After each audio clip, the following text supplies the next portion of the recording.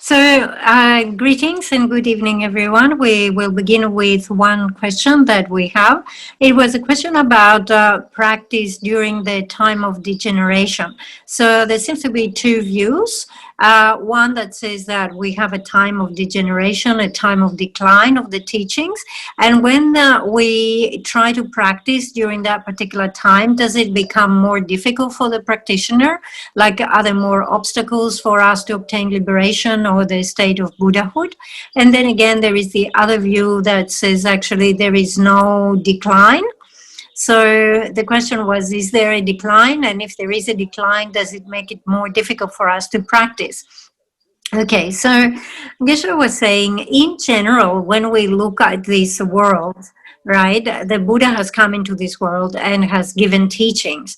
And these teachings of Buddha Shakyamuni, they said that they will remain in this world for 5,000 years. But after those 5,000 years, the teachings will decline and actually will disappear. They will become non-existent in this world.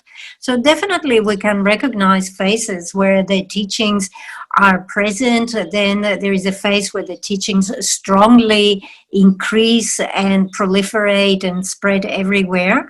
And then gradually you might start seeing a decline of the teachings. Definitely there will be a time, where the teachings of Buddha Shakyamuni will not be available in this world.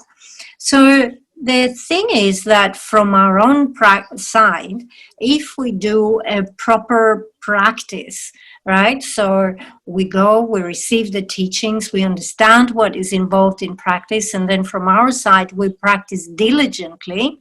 Then actually, whether we live in a degenerative era or whether we live in an era where the teachings are strongly proliferate and so forth, that will not make any difference.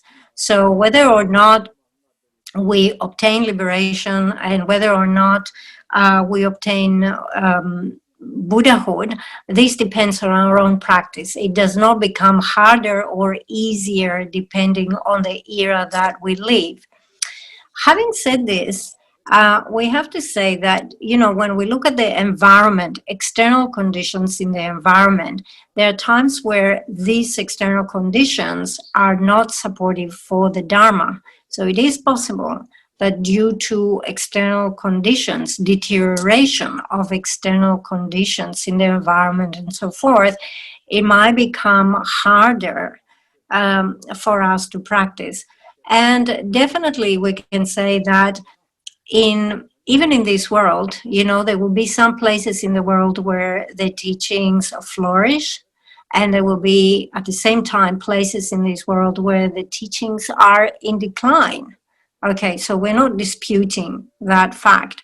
However, all of this should not really make it harder for us to obtain liberation or harder for us to reach Buddhahood. If we understand the teachings, if we diligently practice, it doesn't become more difficult for us to reach enlightenment or liberation. Okay, so let's look now where we are in the text. We are in the actual practice. The actual practice here is the actual session on the way to train in the path that is shared with the individual with the small scope. And we know that this has 4 subheadings: reflecting the uncertainty of death, reflecting on the unfortunate rebirth suffering, training in going for refuge, and generating the faith of belief in the law of causality. So from those 4 major subjects, we have covered the first one, reflecting on the uncertainty of death. In terms of contemplating death and impermanence, we say that this is presented by the 3 roots, the 9 reasons, and the 3 resulting determinations. So first of all, we can begin the presentation with the first 3 reasons and see how these 3 establish the first root. So first of all, we say that the Lord of Death is coming, and there is no condition that can actually avert it. The second thing that we consider is that our life is constantly diminished and nothing is added to it. And the third reason that we consider is that we will, at the end, we will get to die without having got the time or the opportunity to practice Dharma. So with these three reasons, we establish the first root understanding or recognition that says, I will definitely die. And because we have that recognition that I will definitely die, that leads us into the conclusion that says, I will certainly practice Dharma. I want to practice Dharma. Then we continue with the next three types of reasons. The reason that the lifespan in this continent is not certain. The reason that there are many conditions that contribute to our death and very few conditions that contribute to our remaining alive. And the third one, that we have bodies that are extremely vulnerable and susceptible. And these three reasons, they actually establish this certain root that says the actual time of death is uncertain.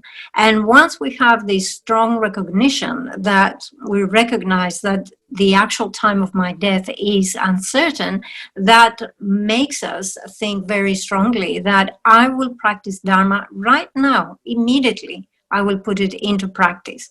Then we're considering the next three reasonings.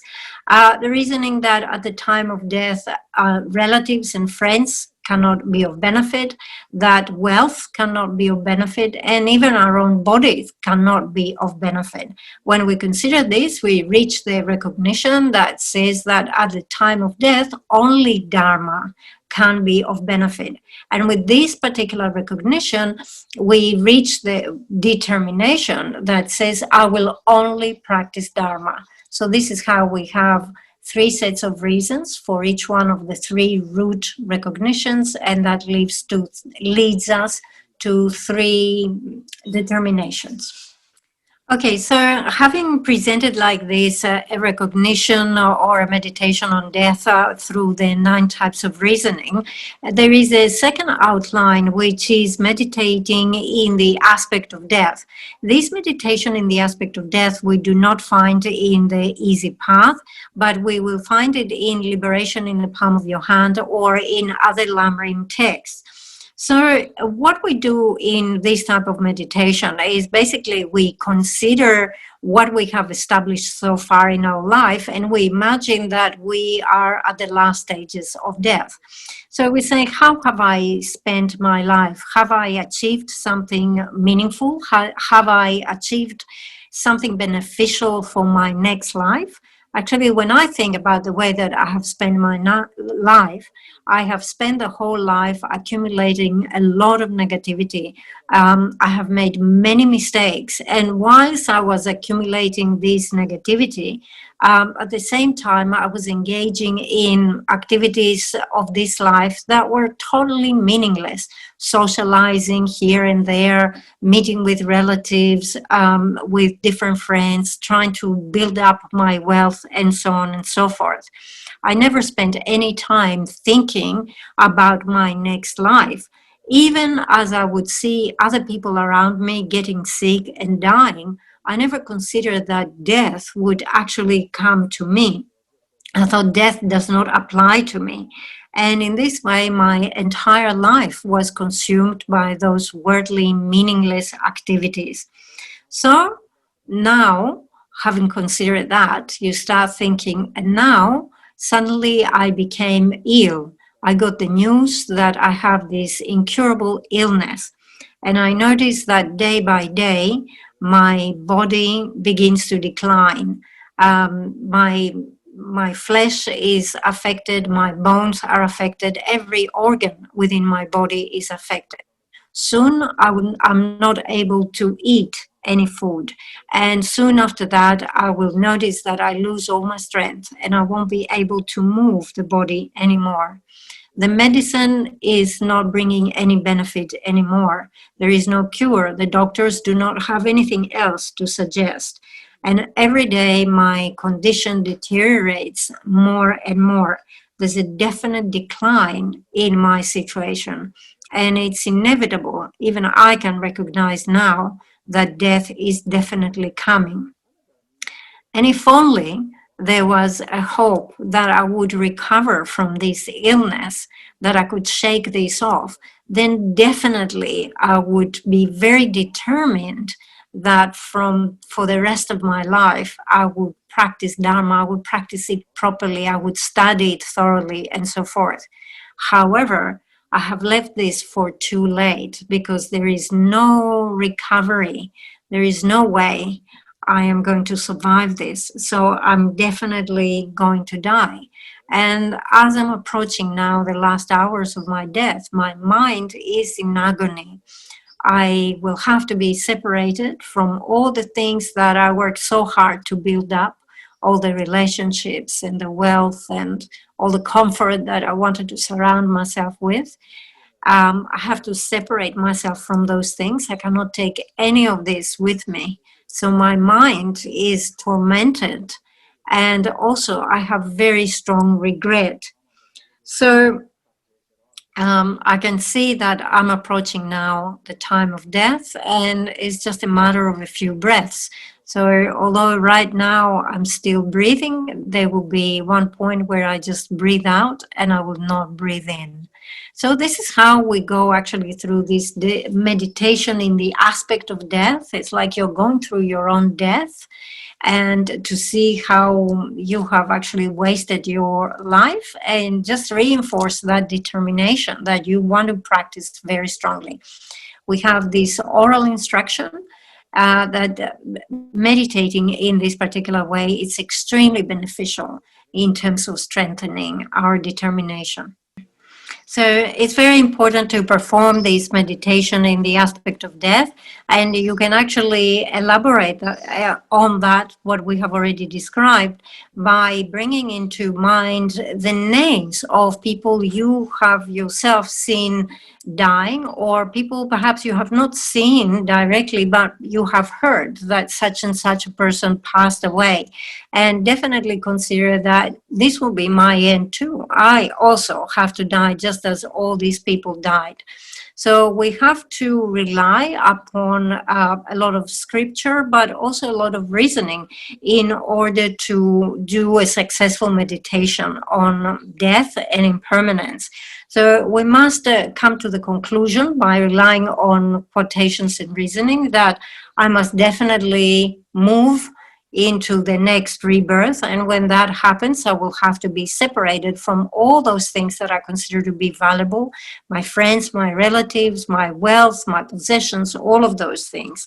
So from now on, I have to release those things and not being attached to any of those items.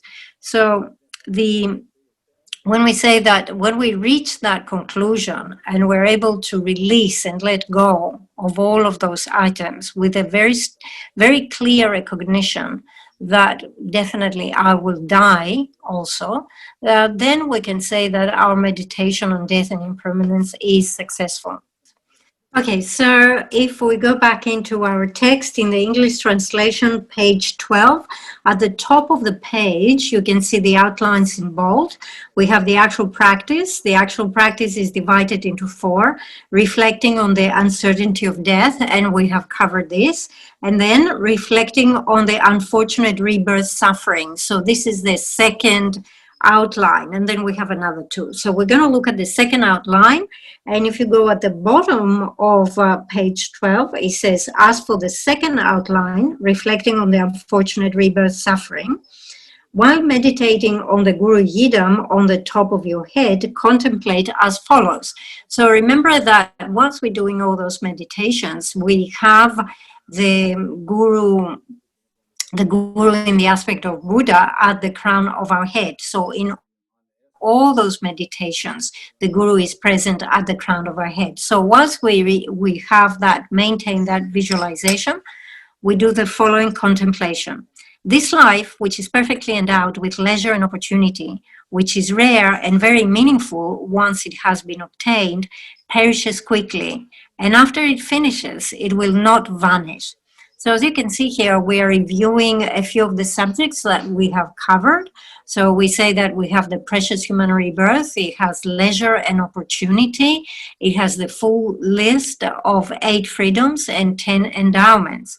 It is very rare to find, and at the same time, it is very meaningful. We can achieve a lot of things with this.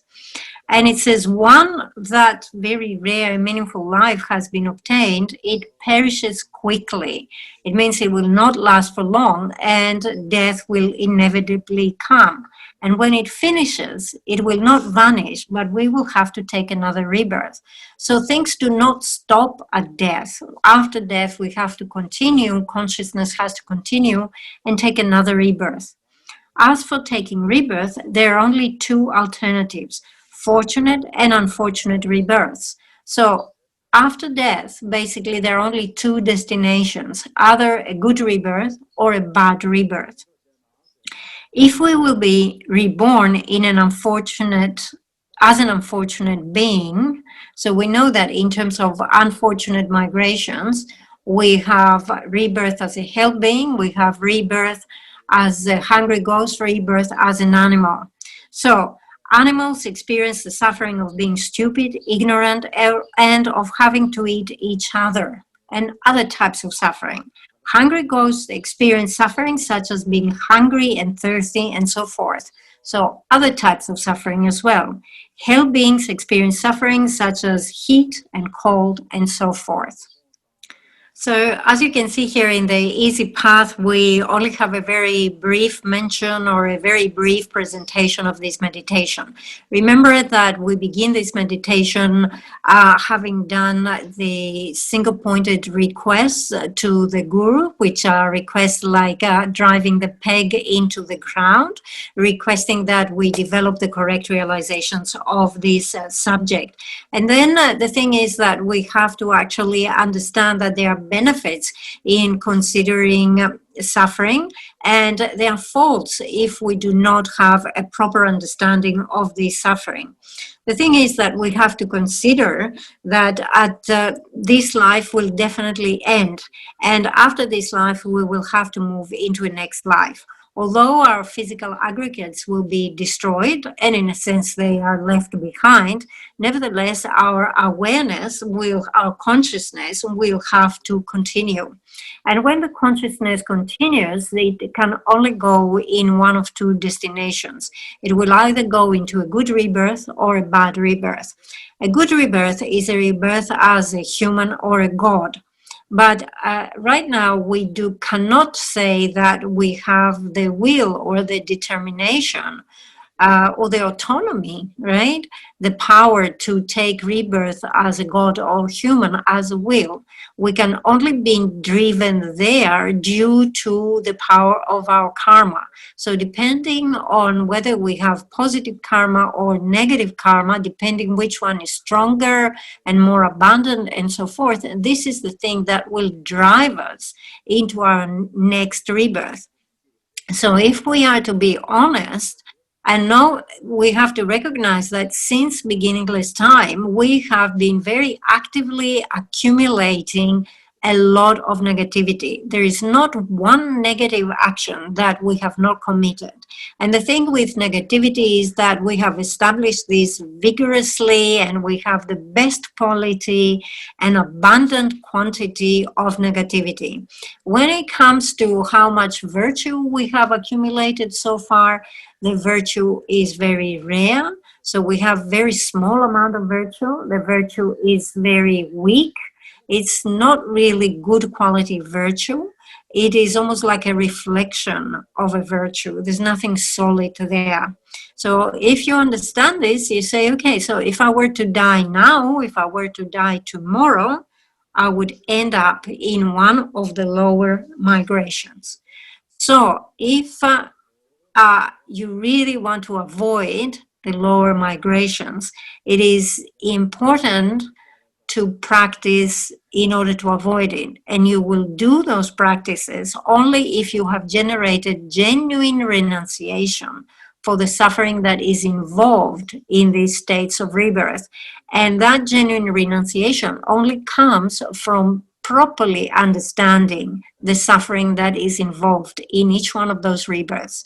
And this is the reason why we go through this subject of presenting the suffering of the animals, the suffering of the hungry ghosts, the suffering of the hell beings. The more we understand this suffering, the more we will develop this mind that has aversion for it. When you have aversion, when you will generate renunciation, and with that renunciation, you will engage in the practices that will take you away from this type of rebirths. So that's the purpose. Okay, so as we say, we're going to look here into the suffering of the three lower migrations. That involves the suffering of the hells, the suffering of the hungry ghosts, and the suffering of the animals. Geshe says I will not go into a very detailed explanation of those, but those of you who are interested, obviously, you know, there are texts that you can refer to for a more detailed presentation. So Geshe today would just like to give, let's say, the general classes of hells, the names of those hells, and just to look at where suffering is heavier and where suffering is lighter. Okay, so first of all, in terms of the hells, you can say that we have 4 types of hells. We have the hot hells, then we have the cold hells, then we have the surrounding hells, and then we have the occasional hells. In terms of the hot hells, we have 8. In terms of the cold hells, we have 8. So there are different ways of classifying and enumerating all the hells, but you can, sometimes they say the classification is 4 times 4, so you have 16. We have given here 8 for the hot, 8 for the cold, and so forth. So if we start looking at the hot hells, okay, we want to look at which one has the lightest suffering. The lightest suffering is found in the hell of continual resurrection. Okay, all right. So first of all, let's give the names and let's see where they exist. So first of all, for the hot hells, the first one is the hell of continual resurrection. The second one is the hell of black line. The third one is the hell of assemble and be crushed. The fourth one is the hell of lamentation. Then the fifth one is the hell of great lamentation. The sixth one is the hotter hell. The seventh one is the even hotter hell. And the eighth one is the hell without respite. Where do we find those hells? Okay, where the hot hells are located. So the hell of continual resurrection is 32,000 yojanas under the Bodh Gaya in India. And the other hot hells are below this hell with 4,000 yojanas between them.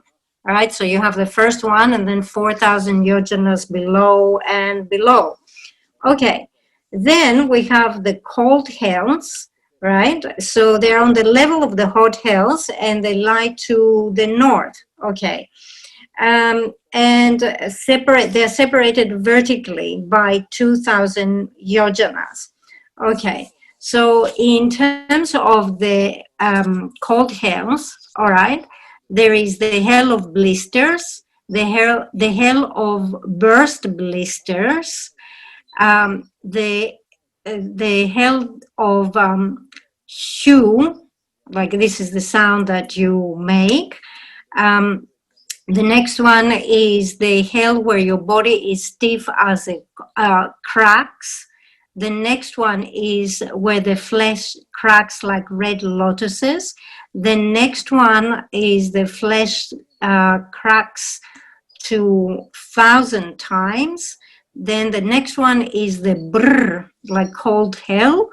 And then after that, the next one is the hell of the ice fields.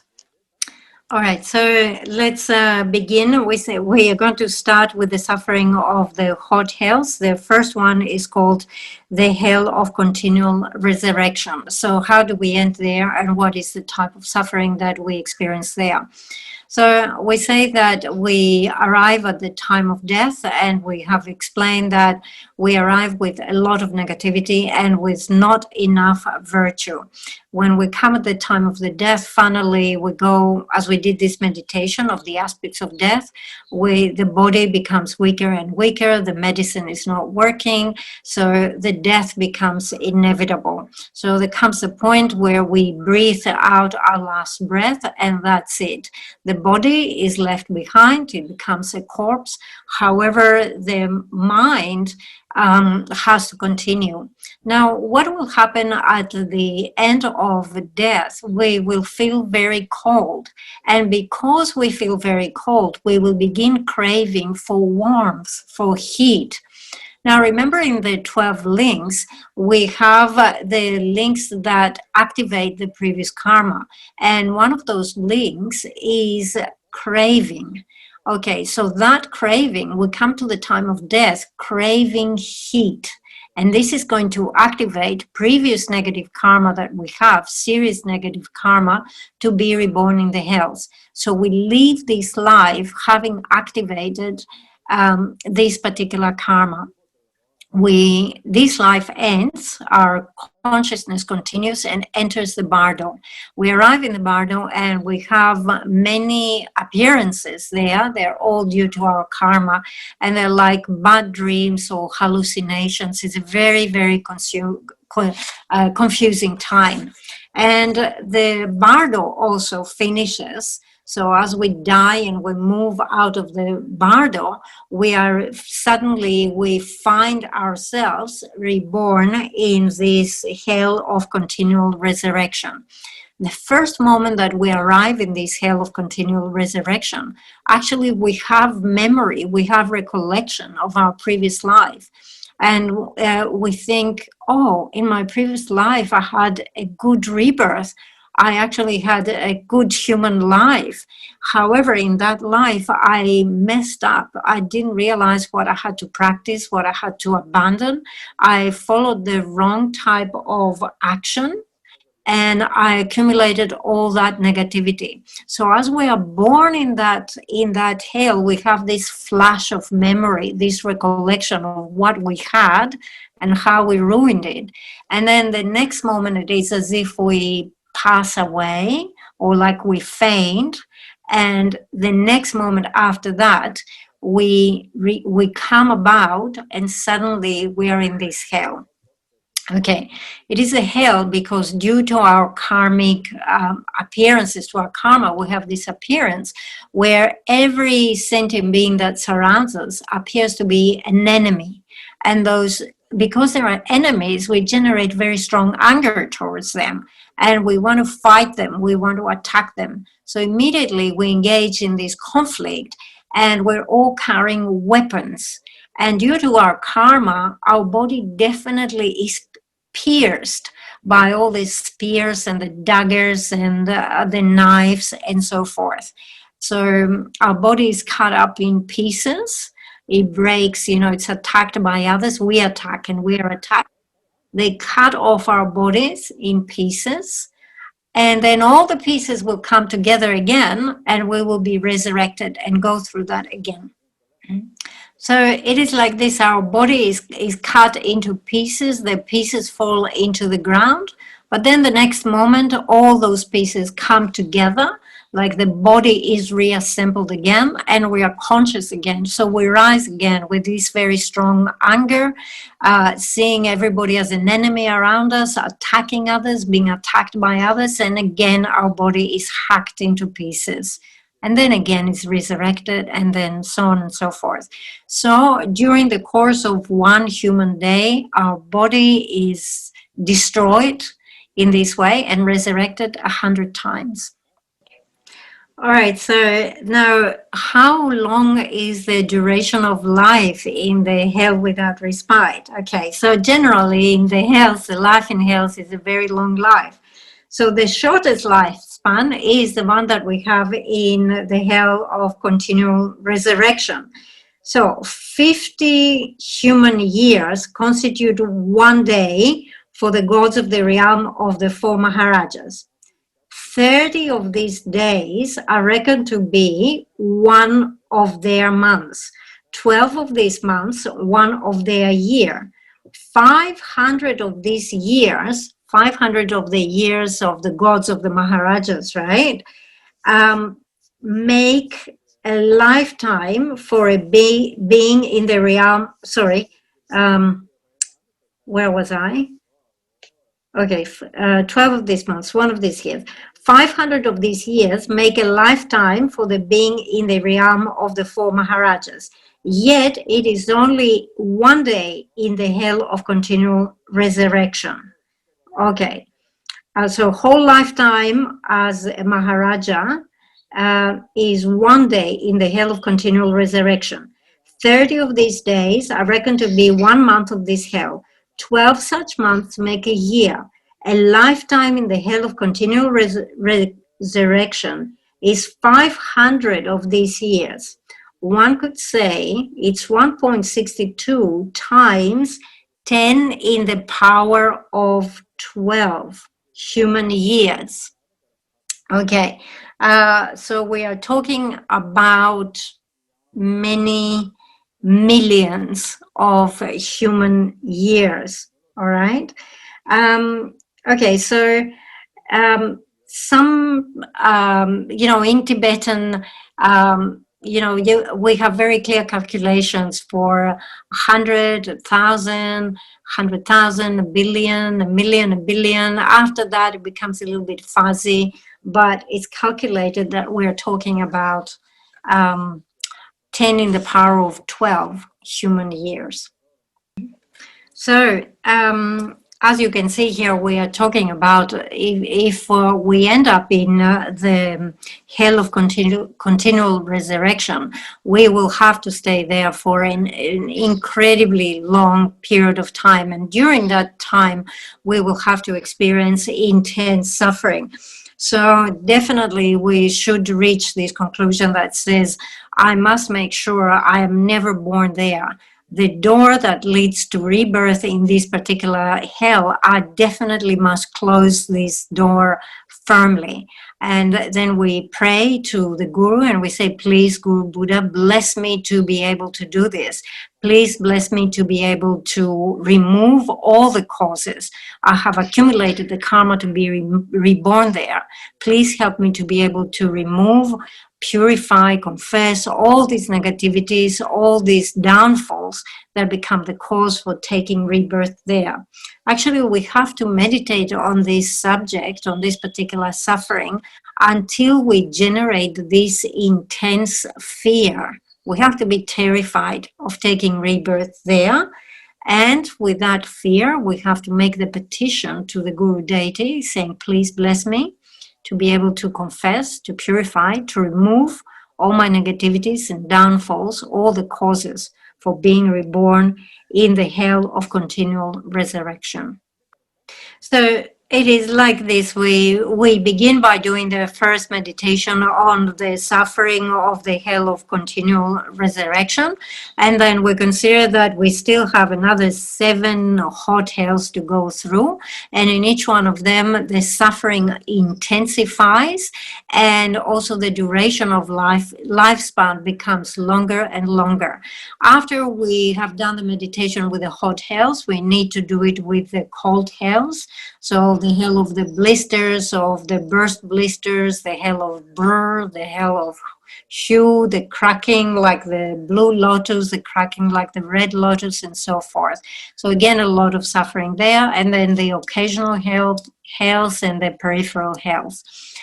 Having done this meditation with the hells, the next one we have to do is meditation on the suffering of the animals. Okay, so when we talk about the suffering of the animals, we look at the different environments that the animals live, because they have different sufferings, different types of suffering according to the environment. So first of all, we have animals that live, you could say, below the ground. and you have animals that live above the ground. In terms of the animals that live below the ground, we also include there the animals that live in the oceans, and they can live in the great depths of ocean or in very dark places. The places are so dark they cannot really perceive each other. However, they eat each other. They still consume each other. And then we have the animals that live on the ground, above the ground, which are the usual animals that we can see. In general, we can recognize 5 types of suffering of the animals. The first one is that they eat each other. The second one is that they have limited capacity to think, like there is some stupidity in the animals. Next, they experience the suffering of heat, they experience the suffering of cold, they experience the suffering of hunger and thirst. So let's begin by explaining the 5 types of suffering of the animals. The first one is that they eat each other. And this is something that we observe, it's something very common that we see it all the time. The bigger animal will eat the smaller animal. And you will see the carnivores, they will eat the herbivores or even other carnivores. So if you are bigger and you have big jaws and so forth, if you like a tiger, or if you are a lion, if you are a bear and so forth, you can attack and you eat other animals that are smaller. But even if you are smaller in size, right, you will see that they might eat some smaller animals, like even insects, right? So the big one will always eat the smaller one. So they eat each other. They are fear of being eaten by another animal. So that's the first type of suffering. The second type of suffering is the suffering of stupidity. Now, usually when we talk about suffering and we talk about the heaviness of suffering, first of all, we say we have the suffering of health. This is the heaviest. Then we have the suffering of hungry ghosts. And then we say the last one is the suffering of animals, indicating that the suffering of animals is the lightest of them all. However, within the category of animals, we have the suffering of stupidity that is pervasive in the animal kingdom. Actually, the hungry ghosts are more intelligent than the animals. And because the animals are lacking intelligence, what happens is that it's very difficult to get out of this rebirth of the animal. It's like you go from the hell being, we go to the animal. And this is why we are presenting it in this way. We explain the hell realm suffering, and the second one we're talking about here is the suffering of the animals. And then we're going to talk about the hungry ghosts. So when we talk about this suffering that comes from stupidity, unfortunately, the animals cannot have a recognition of past and previous lives. Even if you explained it to them, they will not be able to recognize it. And they will not be able to recognize that, if I practice virtue, there will be some good results. If I practice non-virtue, there will not be good results. They cannot differentiate between virtue and non-virtue. Actually, you could not explain to them the difference between cyclic existence and the state of liberation. The biggest thing that is stopping us from obtaining liberation is wrong views. And actually, the animals, with their stupidity or their inability to comprehend, their lack of intelligence, they have the biggest obstacle to liberation. And this is why we say this is one of the biggest suffering. So they pass the whole life without great intelligence. Even when, let's say, someone is killing them, like the butcher is putting the knife on the neck to kill them, even then they have reduced recognition of what is happening. So they have some very basic understanding, but no more than that. So, having explained the first two types of suffering, which is the big one, it's the small one, and the stupidity, the next type of suffering is suffering from heat and cold. Obviously, the animals suffer from that. The next one is the suffering of hunger and thirst. We see that animals experience hunger and thirst. And the last one, the final, is that they are exploited. So we see, for example, how humans use animals to carry out some very heavy activities. So if you want to plow the fields, you might use the oxes to do this heavy job. Or if you want to transport some very heavy load, you organize the packages and you put it on the back of an animal. Or even as humans, we ride on top of the animals. And those animals have to work very hard to carry this load. And as humans, we tend to overload them, right? And from their side, they do not have the language, they do not have the means to indicate and say, please, can we stop? Can I have a break? I'm really tired. Or can you take a little bit of weight off my back? And unfortunately, they're under our powers and we use them in this way. And to take it even further, actually, we kill animals in order to obtain certain parts of their bodies that we consider to be valuable. So, for example, we look at some animals that live in water that create, the ones that, the shells that have the pearls in there. So in order to take the pearls, we cut open those shells. Or in order to, for example, take the teeth of some animals, we will kill them. Or other animals such as rhinos and antelopes and so forth, we want to have their horns. Other animals, we want to take their fur. So, for example, the tigers and all those animals that have a very nice fur, we kill them for their fur. The deer, we kill them for some special thing that they produce. They produce this thing that we use and we take. It's a hormone that we take out of them and so forth. So all these types of suffering in animals. Okay, so we have talked a little bit about the suffering of animals and now about the lifespan. In general, the lifespan of animals is not certain and we don't consider it to be very long. But within the class of animals, we also include the nagas. And the nagas have incredibly long lifespan. So if we look at the kings of nagas, they, in terms of human years, they have like almost endless life, so a very long life. So they undergo suffering. The suffering of animals is something that goes on for a very long duration. Okay, next one is suffering of hungry ghosts. Okay, so now we come to the next one, which is the hungry ghost. Again, in the hungry ghost, we classify hungry ghosts according to the places in which they live, whether they live underground or whether they live on the ground. How do we get reborn as a hungry ghost? It has to do a lot about, food and drink and possessions, especially at the time of death. So you come, let's say, food is offered to you at the time of death and you generate this thought that says, oh, I don't want to see food again, don't show me this food again.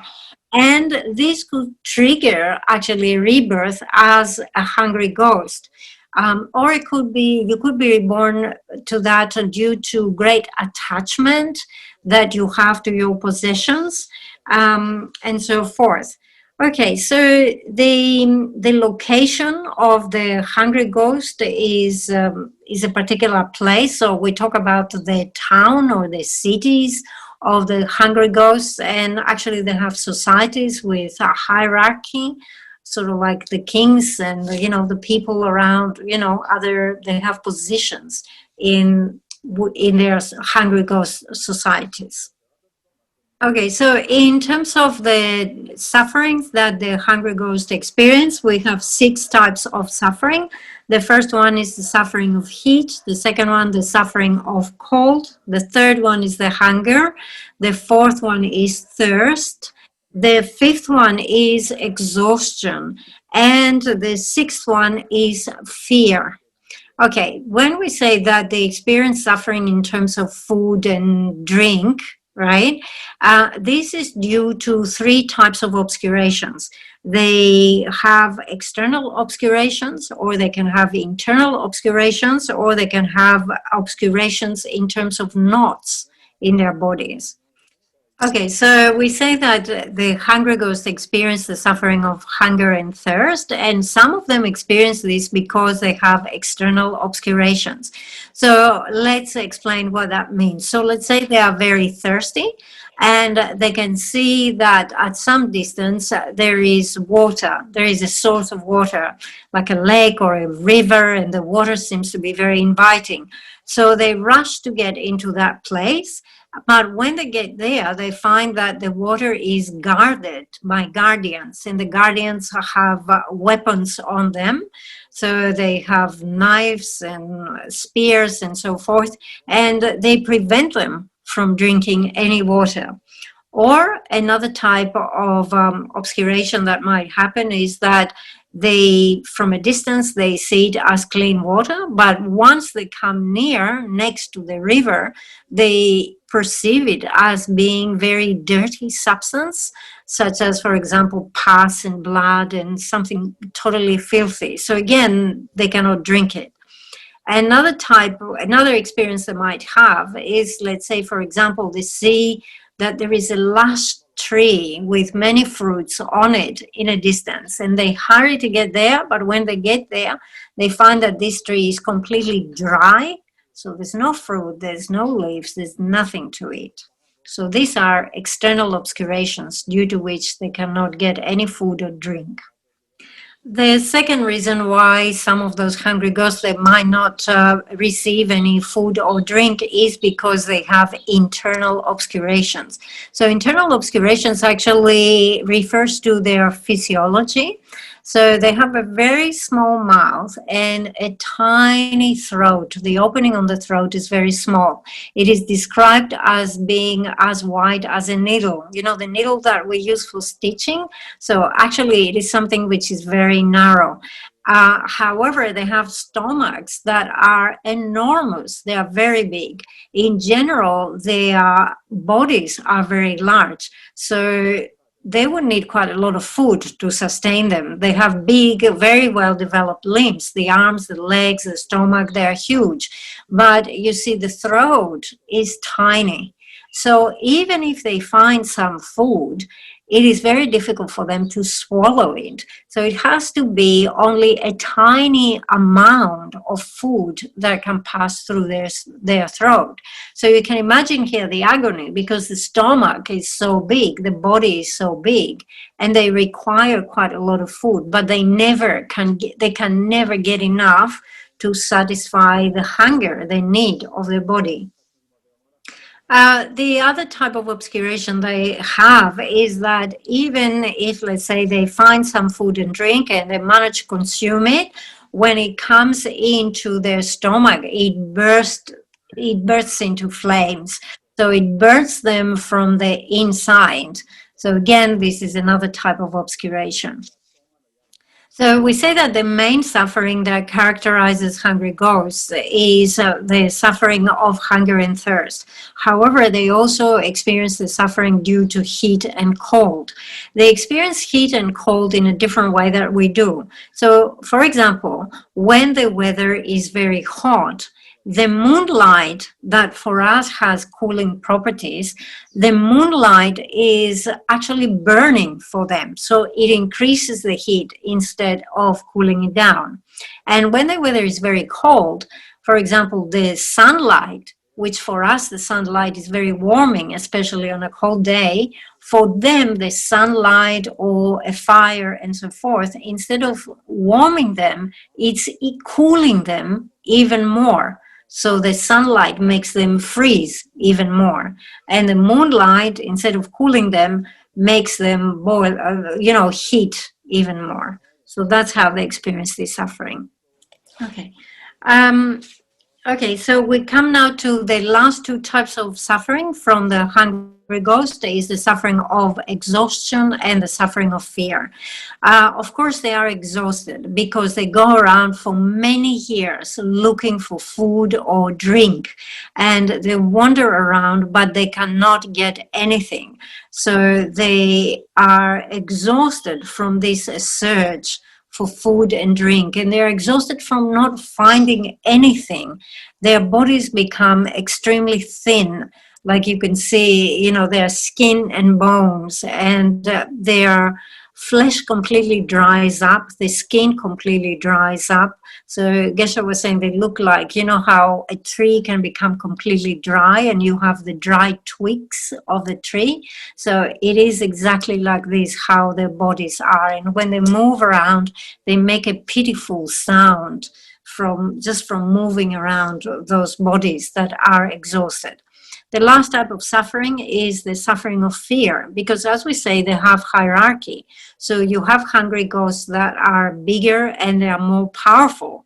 And the powerful ones, actually, they bully the less powerful ones, or they do not allow them to come near if there is any food or any chance of food and so forth. So they still have fear for other hungry ghosts that are quite aggressive as well. So in this way, the hungry ghost experience all the suffering of heat, of cold, of hunger, thirst, exhaustion, and fear. Okay, in terms of their lifespan, they have quite long lifespan. So one human month counts for 1 day as a hungry ghost. And 30 of those days will make a month, and 12 of those months will make a year. And they will live for 500 years. So in terms of human years, it is 10,000, 10,500 years. Okay, so we have presented the different types of suffering that characterize the three types of lower migrations, the hell beings, the animals, and the hungry ghosts. So it's important now to see the causes that bring about this type of rebirth. So this type of rebirths and the lower migrations is brought about by committing the 10 non-virtuous actions. And depending on the severity or the seriousness of the negativity, this will determine how bad the rebirth will be. So the more negative action or the more serious this accumulation or this combination of the 10 non-virtuous actions will result in rebirth as a hell being. If the negativity is of middle capacity, middle length, let's say, there are two possibilities. Some people say that you are born as an animal, but other people say you are born as a hungry ghost. So remember how Geshe explained that we consider the suffering of the animal to be heavier than the suffering of the hungry ghost, because they have this aspect of stupidity. So from that interpretation, if your negativity is of middling size, it can give rebirth as an animal, or it can give rebirth as a hungry ghost. And then for the lighter negativity, we will have the alternative option. So either as an animal or as a hungry ghost. So remember that thing about the suffering, which suffering is lighter. The suffering of the hungry ghost is lighter in comparison with the suffering of the animal. And this also will determine the type of rebirth according to negativity. Okay, so now, specific examples of actions that can cause rebirth in the hell. So extremely negative action, destroying temples, destroying the teachings, destroying the text, killing many monks, setting temples alight and destroying them will result in rebirth as a hell being. having disrespect for the Dharma, having disrespect for those who teach the Dharma, or giving animal names to the ordained or to other human, these things become causes to be reborn as an animal. So if you start addressing a human and you say, hey, you dog, or you are like a bovine or whatever, you know, if you start using animal names to address a human, that definitely becomes a cause for an animal rebirth. And finally, the cause for a rebirth of a hungry ghost is miserliness. Miserliness that does not allow you to practice generosity, does not allow you to give any gifts, to make any offerings, because you're very much attached to your possessions. Some more reasons to take rebirth as a hungry ghost. As we say, the main reason is that you cannot, you know, you're very much attached to your possessions. But other reasons is, for example, you steal offerings that are made to the Sangha, or when you know that someone has the intention to make an offering, you stop the person from making this offering. You misappropriate the property, or you mismanage the property of the temple and the Sangha. You are treating special beings, such as, for example, your parents or your lamas, in a very derogative, diminishing manner. Or out of jealousy, you use really bad words, you say really bad things to others. Or if you have people who work for you, people in your employment, you totally exploit them and mistreat them. So all of those things become the causes to be born as a hungry ghost. So as you can see in the easy path, we only have a very short mention of all the suffering that comes with unfortunate migration. So if you look at the first paragraph on page 13, it says, as for taking rebirth, there are only two alternatives, fortunate and unfortunate rebirths. If we will be reborn as an unfortunate being, animals experiencing the suffering of being stupid, ignorant, and of having to eat each other. But this is only just a small example of the suffering of the animals, because we have talked about many other types of suffering. Then it says, hungry ghosts experience suffering such as being hungry and thirsty, and so forth. Hunger and thirst perhaps are the most easily recognizable sufferings of hungry ghosts, but we know that they experience many other types of suffering. And then it says, hell beings experience suffering such as heat and cold and so forth. Definitely, it's not just a problem of heat and cold. Beings in the hell realms experience incredible amount of suffering for a very long time. Then it says, since those types of suffering are unbearable, this time that I have got a life perfectly endowed with leisure and opportunity, which is rare and very meaningful once it has been obtained, I will attain the state of a Guru Buddha in which all types of unfortunate rebirth sufferings have been eliminated.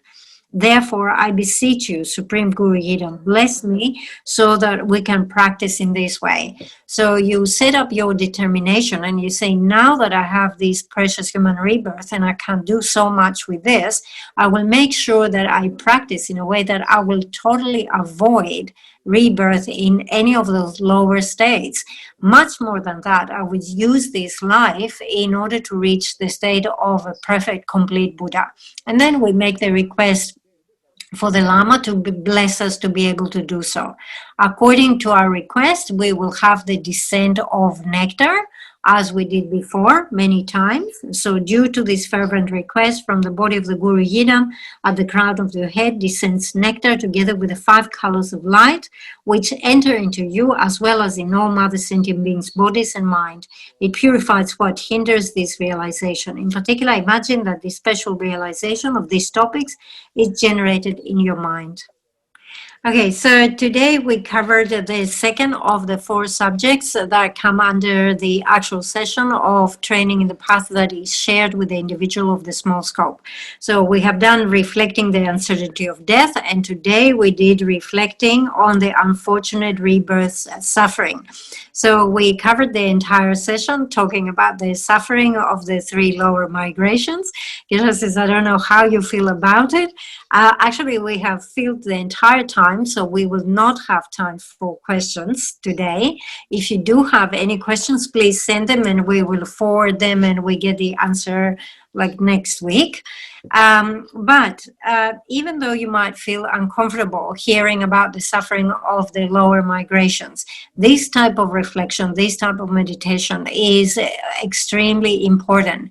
If you do not reflect on the suffering of the lower migrations, this will not make you seriously consider of what is it that I need to abandon and what is it that I need to take on as a practice. As a matter of fact, we need to understand that we have accumulated plenty of karma to be reborn in those lower migrations.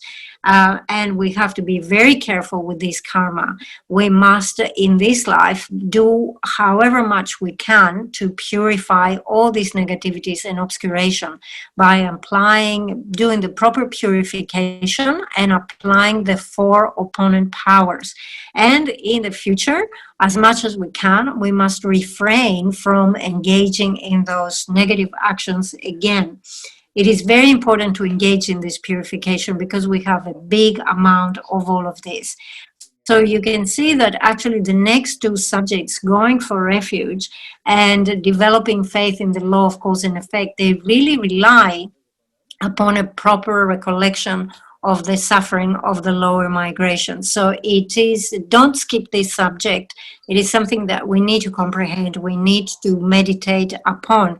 It is one of the four subjects of the path that is shared with the individual of the small scope. Okay, so this is for tonight. No time for questions. If you have them, please forward them.